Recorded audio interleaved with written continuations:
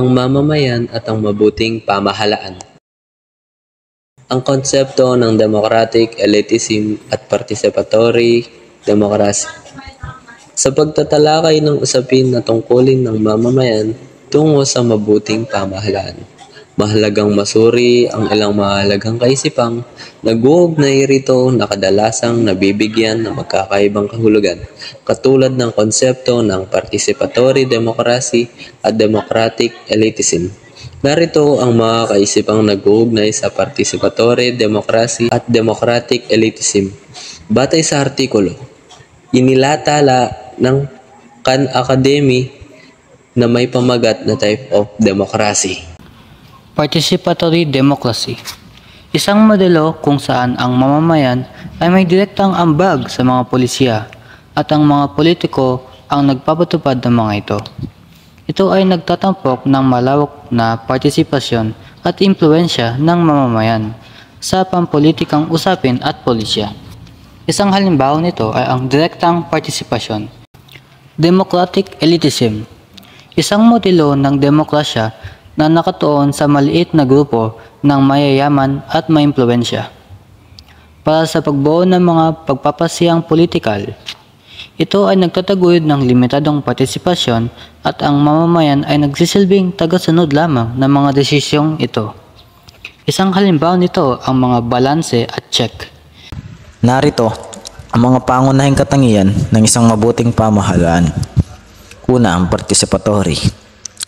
Ang malahing pagkikilahok ng mga mamamayan sa usapin at gawaing panlipunan at pampolitika ay mahalagang bahagi ng mabuting pamamahala.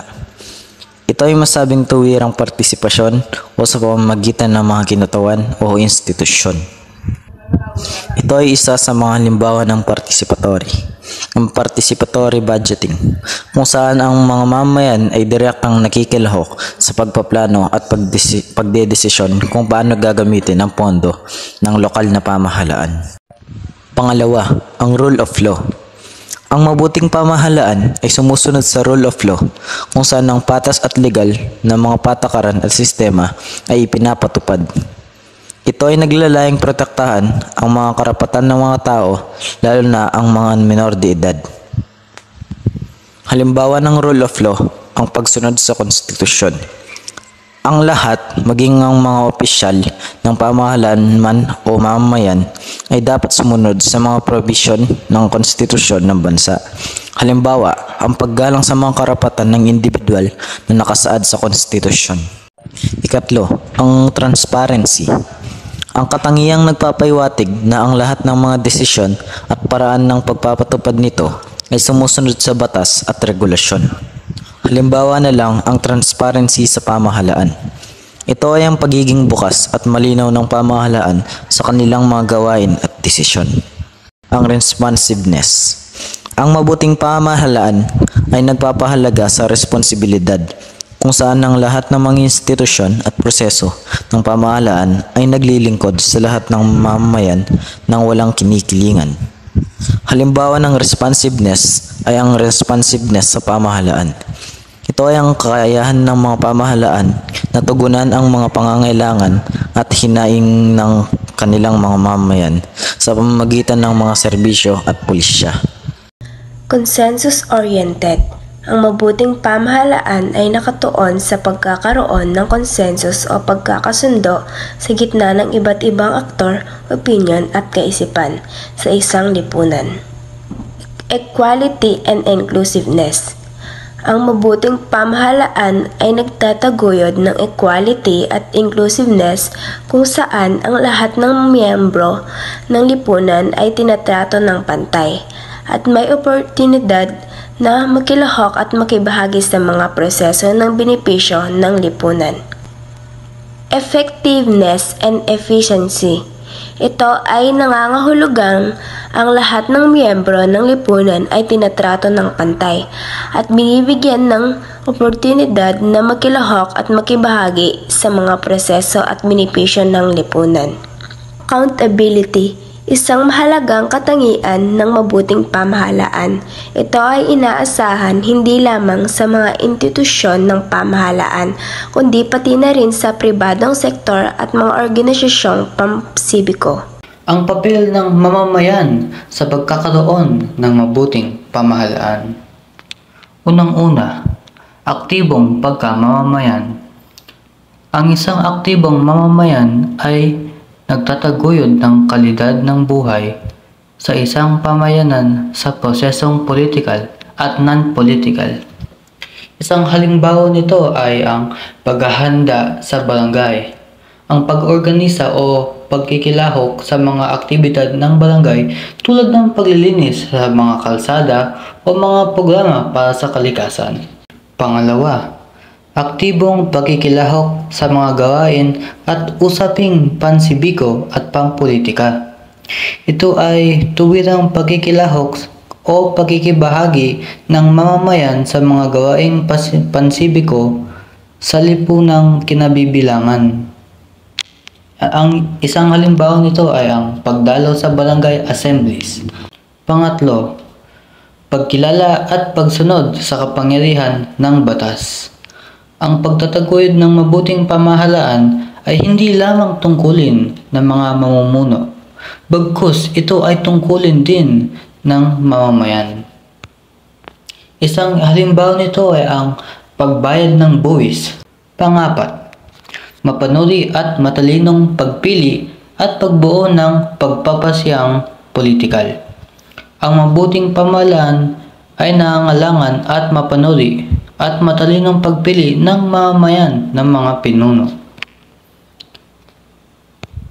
Isang halimbawa nito ay ang pagsali sa mga debate. Ang pagdalo sa mga debate ng mga kandidato upang malaman ang kanilang mga pananaw at kakayahan sa pamamahala. Panglima, mapanagutang pamumuhay sa lipunan.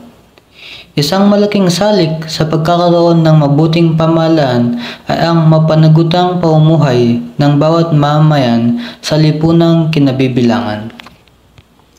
Isang halimbawa nito ay ang pagrespeto sa karapatan ng iba. Mga hakbang tungo sa mabuting pamahalaan. Narito ang reformang administratibo. Nakabatay ang mabuting pamahalaan sa kalagayan ng burokrasyon at lipunang sibil. Nagiging possible ang mabuting pamahalaan kapag nagkaroon ng pagbabago sa kasalukuyang kaisipan at pananaw ng mga namumuno. Isang halimbawa nito ay ang pagpapabuti sa serbisyo publiko. Reformang elektoral. Sa kasalukuyan ay maraming Pilipino na tinitignan ang sistemang demokratiko. Sa konsepto ng electoralism lamang, nangangahulugan ito na nakatuon lamang ang kanilang pagganap bilang mamamayan ng isang demokratikong pamahalaan sa pagpili o pagluktok sa posisyon sa isang particular na kandidato. Isang halimbawa nito ay ang pagpapalakas ng voter education. Reformang hudisyal. Ang sistemang hudisyal ang sandigan ng karaniwang mamamayan ng bansa. Kung ang layunin ay magkaroon ng mabuting pamahalaan, nararapat lamang na ang hudikatura ay malaya at hiwalay na umiiral ng walang anumang dikta o impluwensyang panlabas, lalong-lalo na ng ehekutibo at lehislatibo kaugnay nito. Isang halimbawa nito ay ang pagpapalakas ng anti-corruption measures.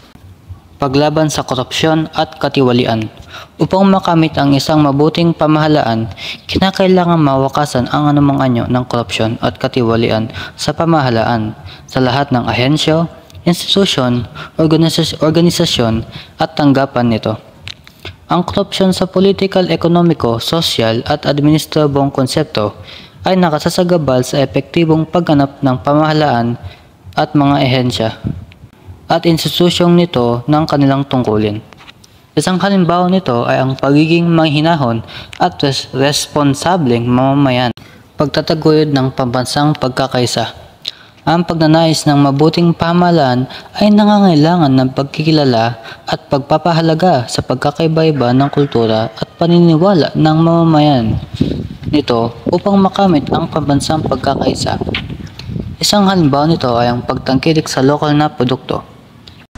Kahalagahan ng pagkakaroon ng mabuting pamahalaan. Napapanatili at napapalakas ang tiwala ng mamamayan sa pamahalaan. Nakabubuo ng pundasyon para sa kaunlarang pambansa. Aktibong pakikibahagi ng mamamayan sa mga usapin at gawaing panlipunan at pampolitiko.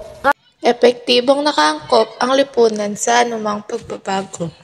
Katatagang pampolitika, panlipunan at pang-ekonomiya. Kaunlaran sa yamang tao ng bansa.